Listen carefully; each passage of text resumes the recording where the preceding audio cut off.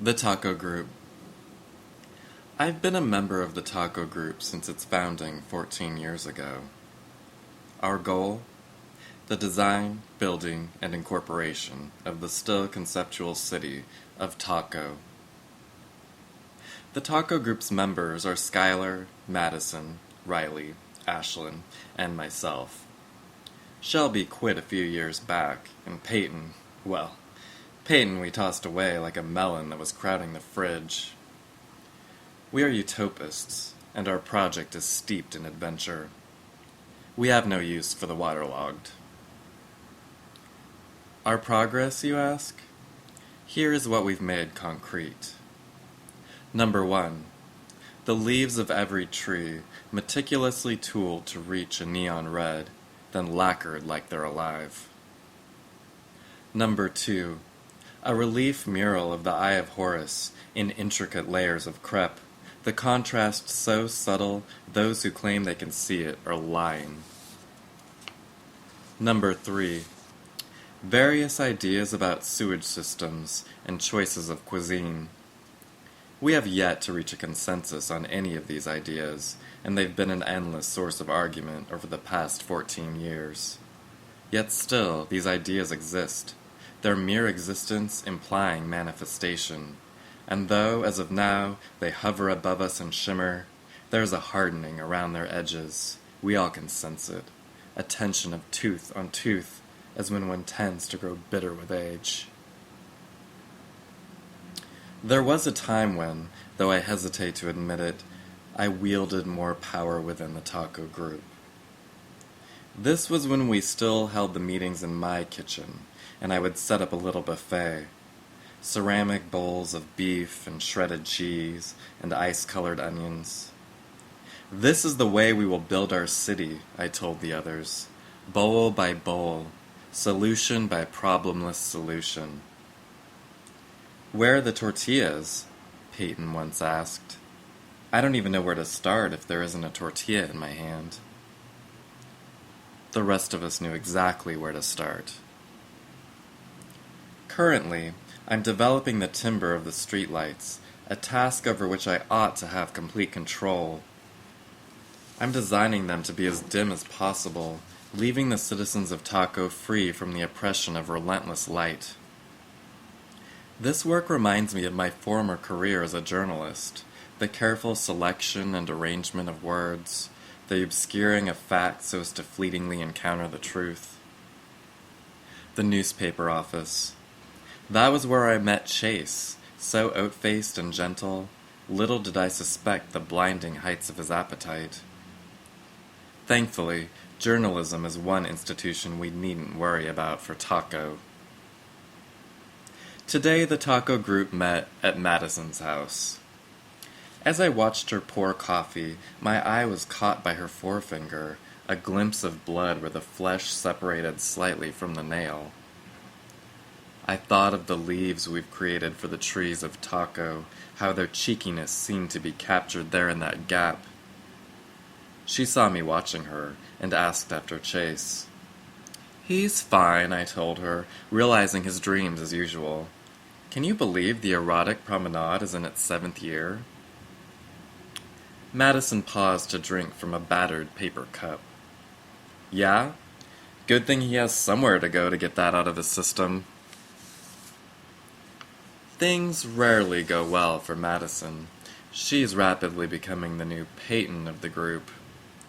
I poured myself some coffee and prepared for my update. My update was met with less enthusiasm than I'd hoped. Riley called my streetlights, quote, old guard, a murky reconstitution of Gotham City. I told her it was vastly naive to reduce Gotham City to a mere matter of lighting. Please, said Madison, how else do you expect us to react? Your Forces of Darkness shtick is old news by now. You're probably wondering what she's talking about. Here's some history. Back when I was trying to establish myself as a journalist, there was a limited number of acceptable looks for women in the workplace.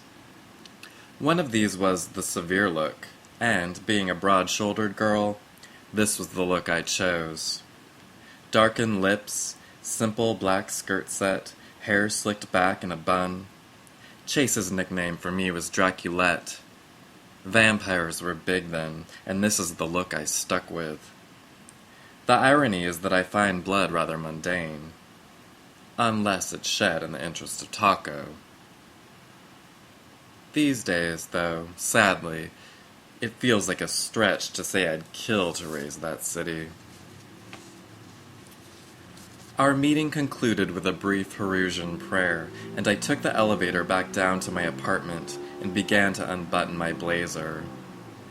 I could hear Chase in the other room, clacking around on some sort of dense metallic platforms. Giggling. It sounded like Peyton was over. Since we opened up our relationship, Chase has been seeing a lot of Peyton. To be frank, it bothers me.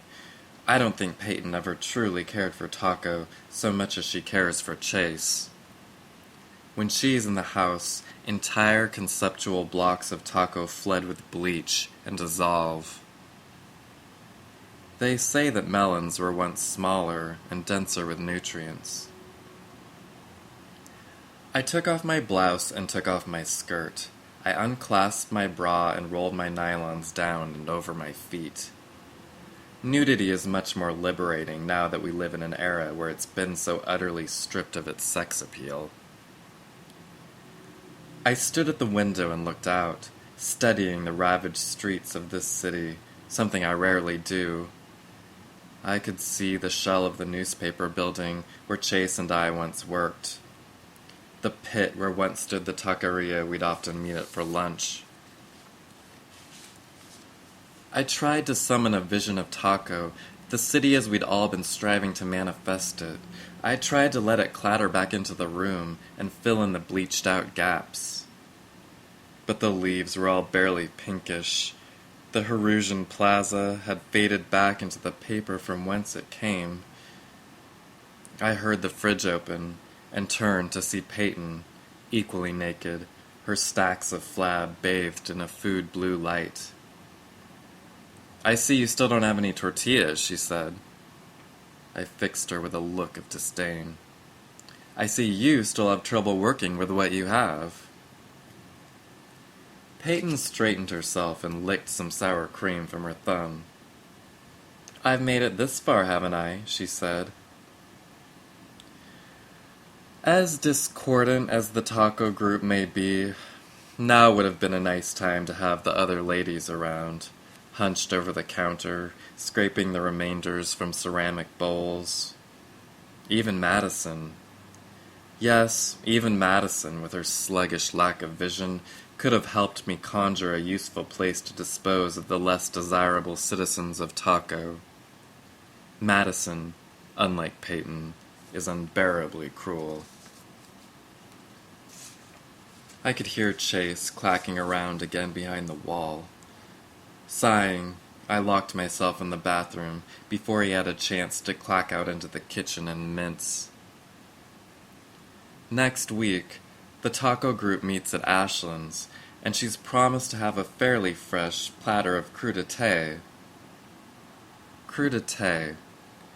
It's a word I'd never really noticed before, and I had the sudden thought it would make a striking name for a city. "Crudité," I said aloud there at the bathroom mirror, steadying the pucker lines that had formed around my mouth, and the blackish-red lipstick creeping into each. Crudité? Or had Ashland said, coup d'etat?